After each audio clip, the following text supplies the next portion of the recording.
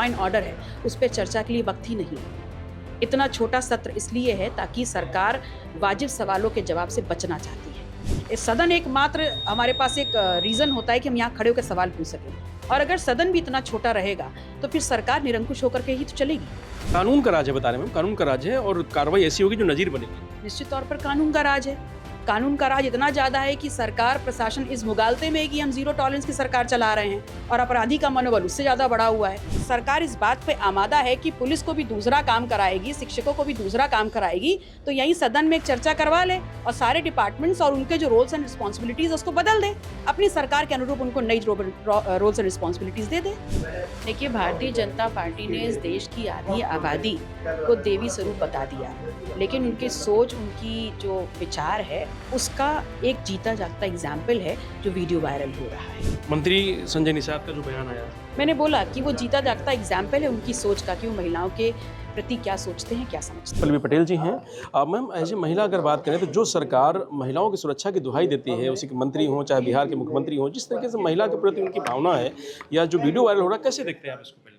देखिए, भारतीय जनता पार्टी ने इस देश की आधी आबादी को देवी स्वरूप बता दिया, लेकिन उनकी सोच, उनकी जो विचार है, उसका एक जीता जागता एग्जाम्पल है जो वीडियो वायरल हो रहा है। मंत्री संजय निषाद का जो बयान आया, मैंने बोला कि वो जीता जागता एग्जाम्पल है उनकी सोच का, कि वो महिलाओं के प्रति क्या सोचते हैं, क्या समझते हैं। 3 दिन के सत्र में आज एक दिन चला गया, 2 दिन बचे, उसमें 10 घंटे वंदे मातरम पे चर्चा होगी। जिस राष्ट्रगीत का 150 साल का इतिहास है, उसके लिए चर्चा 2 दिन, और आगे जो हमारा वर्तमान है उत्तर प्रदेश का, और जो भविष्य है, जो खेत खलियान है, जो युवा हैं, जो स्त्री है, जो लॉ एंड ऑर्डर है, उस पर चर्चा के लिए वक्त ही नहीं है। इतना छोटा सत्र इसलिए है ताकि सरकार वाजिब सवालों के जवाब से बचना चाहती है।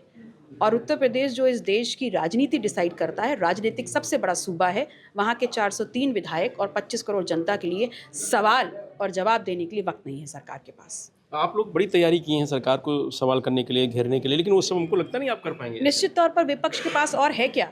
अगर जनता ने हमारी जिम्मेदारी विपक्ष में तय करी है तो जनता के खिलाफ जो भी काम होगा उसको खड़े होकर के विपक्ष पूछेगा, और अगर सदन ही नहीं होगा तो विपक्ष किससे पूछेगा? सरकार इनवाइट तो करेगा नहीं विपक्ष को कि आइए हमारे ऑफिस में हमसे चर्चा कर लीजिए। इस सदन एकमात्र हमारे पास एक रीज़न होता है कि हम यहाँ खड़े होकर सवाल पूछ सकें, और अगर सदन भी इतना छोटा रहेगा तो फिर सरकार निरंकुश होकर के ही तो चलेगी। कब सिर्फ पे आप भी मानती हैं कि सरकार का जो रवैया है वो ढुलमुल है? देखिए, ढुलमुल का है ही कहाँ रवैया। आज पहली बार कोई स्टेटमेंट आ रहा है, और अगर ये स्टेटमेंट आ रहा है कि निष्पक्ष जांच होगी और बहुत ही कड़ी कार्रवाई होगी, तो स्वागत योग्य कदम है। लेकिन यदि ऐसा हो जाए तो, और अगर नहीं हुआ तो क्या होगा? तो मतलब फिर आम जनता मरने खटने के लिए तैयार रहे। कानून का राज है, बता रहे हैं, कानून का राज है और कार्रवाई ऐसी होगी जो नजीर बनेगी। निश्चित तौर पर कानून का राज है। कानून का राज इतना ज़्यादा है कि सरकार प्रशासन इस मुगालते में है कि हम जीरो टॉलरेंस की सरकार चला रहे हैं और अपराधी का मनोबल उससे ज़्यादा बढ़ा हुआ है। तभी आपके सामने जो प्रतापगढ़ में सरोज समाज की लड़की को दिन दहाड़े मार दिया गया, वो प्रकरण सामने आया।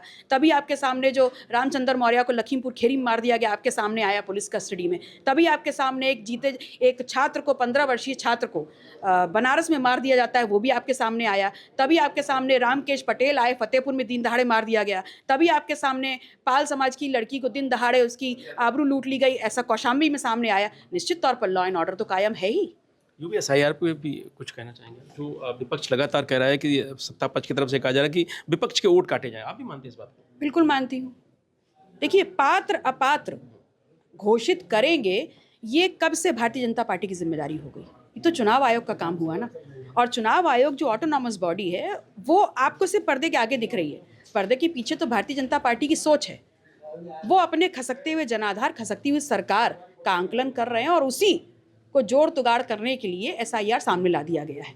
क्योंकि दूर दराज ग्रामीण क्षेत्रों में जो पिछड़ा, दलित, आदिवासी रह रहा है, उसकी लोकतांत्रिक ताकत, वो वोट की ताकत जिससे वो सरकार बनाता और गिराता है, उसको वो इस्तेमाल ना कर पाए, इसलिए SIR करा जा रहा है। लेकिन सरकार कह रही है कि विपक्ष के वोट कट रहे हैं, इसलिए आप लोग परेशान हैं, क्योंकि घुसपैठिए और जो बाकी लोग आए थे वो सब विपक्ष को वोट करते हैं।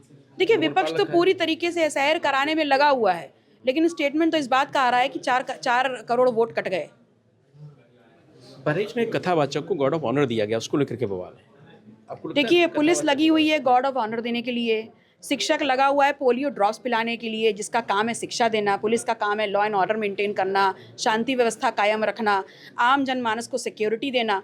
तो जब सरकार इस बात पे आमादा है कि पुलिस को भी दूसरा काम कराएगी, शिक्षकों को भी दूसरा काम कराएगी, तो यही सदन में एक चर्चा करवा ले और सारे डिपार्टमेंट्स और उनके जो रोल्स एंड रिस्पॉन्सिबिलिटीज़ उसको बदल दे, अपनी सरकार के अनुरूप उनको नई रोल्स एंड रिस्पॉन्सिबिलिटीज़ दे दे। Thank you. तो ये पल्लवी पटेल जी थी, जिनका साफ तौर से कहना है कि चाहे यूपी SIR हो, चाहे कप सिरप हो, और चाहे महिला सुरक्षा की बात हो, ये सब एक धोखा है। और भारतीय जनता पार्टी इसको लेकर के लगातार विपक्ष के जो वोट हैं वो काटने की रणनीति बनाई हुई है चुनाव आयोग के साथ मिल करके। रजनीश यादव, लोकमत हिंदी, लखनऊ।